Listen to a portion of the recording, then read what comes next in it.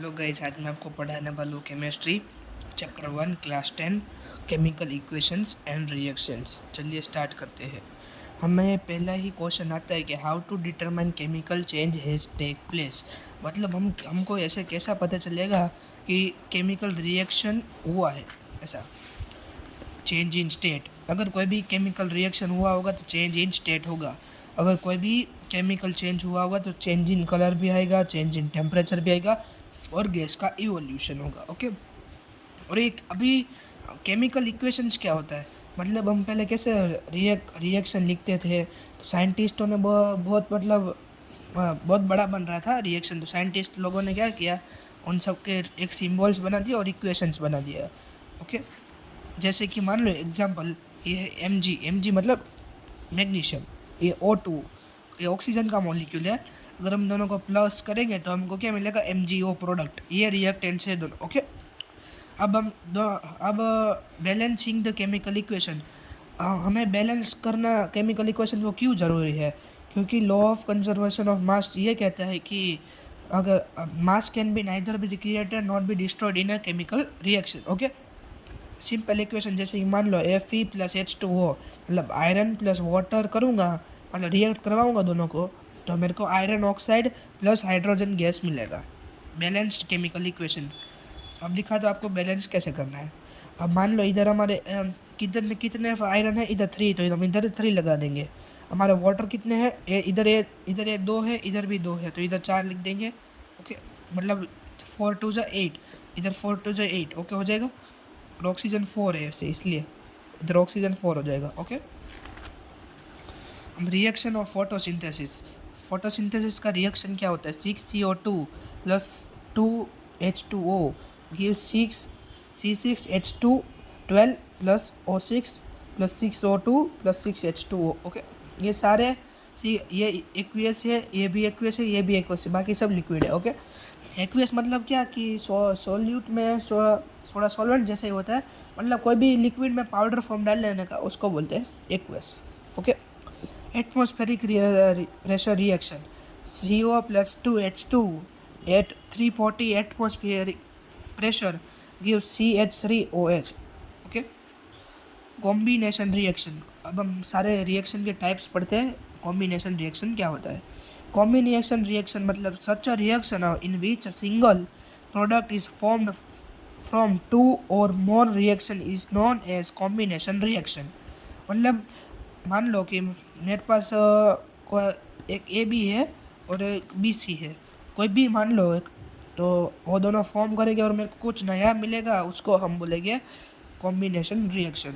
जैसे कि इधर एग्जांपल है CaO, calcium oxide plus water is equal to calcium hydroxide plus heat. Okay, ये हमारा कॉम्बिनेशन रिएक्शन हुआ। अब हम पढ़ते हैं एक्सोथर्मिक रिएक्शन, जो कॉम्बिनेशन रिएक्शन का एक पार्ट है। The reaction in which heat energy is released, मतलब कोई भी रिएक्शन होगा जिसमें हीट एनर्जी रिलीज होगी उसको हम कॉम्बिनेशन रिएक्शन बोलेंगे।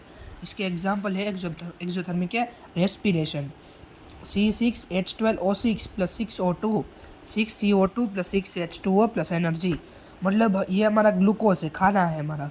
अगर हम खाना प्लस ऑक्सीजन लेते हैं तो हमें CO2 हम बाहर एक्सेल करते हैं, हमारे में स्वेट जो वाटर बनता है और हमको एनर्जी मिलती है। ये हमारा रेस्पिरेशन हुआ। रेस्पिरेशन की डेफिनेशन क्या होती है कि अगर हमारा खाना, हम जो खाना खाए वो पेट में जाकर डाइजेस्ट होके वो ऑक्सीजन के साथ रिएक्ट करे और हमें उससे एनर्जी मिले, उसको हम रेस्पिरेशन बोलेंगे। Okay. Burning of natural gas, दूसरा example, CH4 plus 2O2 give CO2 plus 2H2O। अगर हम मीथेन को ऑक्सीजन के साथ रिएक्ट करेंगे, मतलब बर्न होगा नेचुरल गैस का, तो हमें कार्बन डाइऑक्साइड और वाटर मिलेगा, वो भी गैस के फॉर्म में। ओके। तीसरा example, the decomposition of vegetable matter into compost, मतलब कोई भी वेजिटेबल मैटर होता है वो मतलब कैसे वो डिकम्पोज हो जाता है, वो भी एक जिसमें हीट रिलीज होती है, उसको बोलते हैं एक्सोथर्मिक रिएक्शन। ओके। हम पढ़ते हैं decomposition reaction, the reaction in which one reactant break down into 2 और more product is known as decomposition reaction. मतलब ऐसा कोई रिएक्शन, हमने कॉम्बिनेशन रिएक्शन में पढ़ा था कि दो रिएक्टेंट्स मिलकर एक प्रोडक्ट देते हैं। अब इसमें क्या होगा, एक रिएक्टेंट होगा जो जिसमें से हमको दो प्रोडक्ट मिलेंगे उसको हीट करने पे। ओके, जिसमें इसके 3 टाइप्स है, थर्मल डिकम्पोजिशन मतलब हीट, इलेक्ट्रोलाइटिक डिकम्पोजिशन मतलब इलेक्ट्रिक करंट, फोटोलाइटिक मतलब सनलाइट से। ओके, मतलब पढ़ लेते हैं थर्मल डिकम्पोजिशन रिएक्शन। CaCO3 को हम हीट करें तो हमको CaO + CO2 मिलेगा। मतलब लाइमस्टोन को अगर हम हीट करें कैल्शियम कार्बोनेट को, तो हमें कैल्शियम ऑक्साइड जो क्विक लाइम और कार्बन डाइऑक्साइड मिलेगा। ओके, इसका दूसरा एग्जांपल और है 2PbNO32 heating gives us 2BbO + 4NO2 + O2। मतलब हम लीड नाइट्रेट को हम हीट करेंगे तो हमको लीड ऑक्साइड, नाइट्रोजन डाइऑक्साइड और हमें ऑक्सीजन मिलेगा। ओके, इलेक्ट्रोलाइटिक डिकम्पोजिशन रिएक्शन, इसमें क्या होता है कि अगर एक हम वाटर लेंगे कोई भी, उसमें हम एक ये एनोड रखेंगे और कैथोड रखेंगे। इसमें दो टेस्ट ट्यूब लेंगे और इसको इधर नीचे बैटरी से कनेक्ट करेंगे।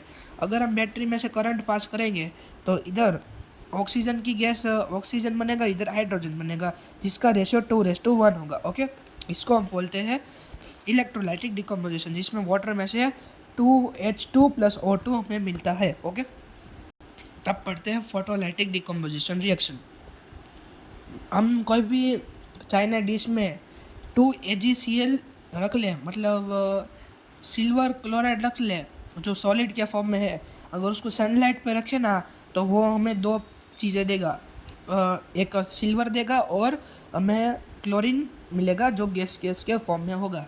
ऐसे ही ब्रोमीन है, जो सिल्वर ब्रोमीन है, जिसको हम सनलाइट के प्रेजेंस पे रखेंगे तो हमको सिल्वर + ब्रोमाइड मिलेगा। ओके, ये ज़्यादातर यूज़ वो कैमरा में यूज़ होता है, जो फ़ोटो बनाने में उसकी इंक में ही ज़्यादातर ये यूज़ होता है, ये ब्लैक कलर का होता है। ओके, अब पढ़ते हैं एंडोथर्मिक रिएक्शन। ये जो फोटोलाइटिक वो सब है ना, वो एंडोथर्मिक रिएक्शन है। Reaction in which heat energy is absorbed are known as endothermic reaction.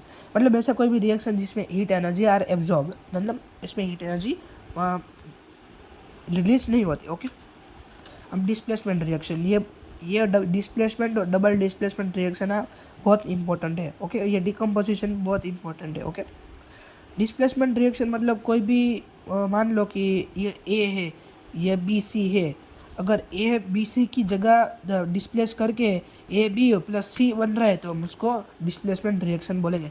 मतलब कोई भी एक सब्सटेंस हो, कोई भी उसको लिक्विड में डाले, एक्वियस फॉर्म में डाले, तो वो दूसरा उसका डिस्प्लेस कर लेगा। ओके, एग्जाम्पल है आयरन को अगर हम कॉपर सल्फेट के सॉल्यूशन में डालें तो आयरन कॉपर की जगह डिस्प्लेस करके आयरन सल्फेट आएगा, प्लस कॉपर हमें सॉलिड फॉर्म में मिलेगा, क्योंकि आयरन है ना कॉपर से ज़्यादा रिएक्टिव है। अब देखते हैं जिंक को अगर कॉपर सल्फेट में डालें और तो जिंक सल्फेट हो जाएगा और कॉपर डिस्प्लेस हो जाएगा। ये भी जिंक भी कॉपर से ज़्यादा रिएक्टिव है। ओके, अब लीड को कॉपर क्लोराइड के सॉल्यूशन में डालें तो हमें लीड क्लोराइड मिलेगा और कॉपर डिस्प्लेस हो जाएगा। ओके, अब डबल डिस्प्लेसमेंट रिएक्शन, अब ये क्या होता है कि हमने कैसे पढ़ा कि अभी सिंगल एलिमेंट ही डिस्प्लेस हो रहा था, अब इसमें दो एलिमेंट डिस्प्लेस हो गए। ओके, ये पहला एग्जांपल है sodium sulphate + barium chloride gives us barium sulphate + sodium chloride. मतलब इसमें सोडियम और क्लोराइड का दोनों का हो गया और बेरियम और सल्फेट दोनों में डिस्प्लेस हो गए। ओके,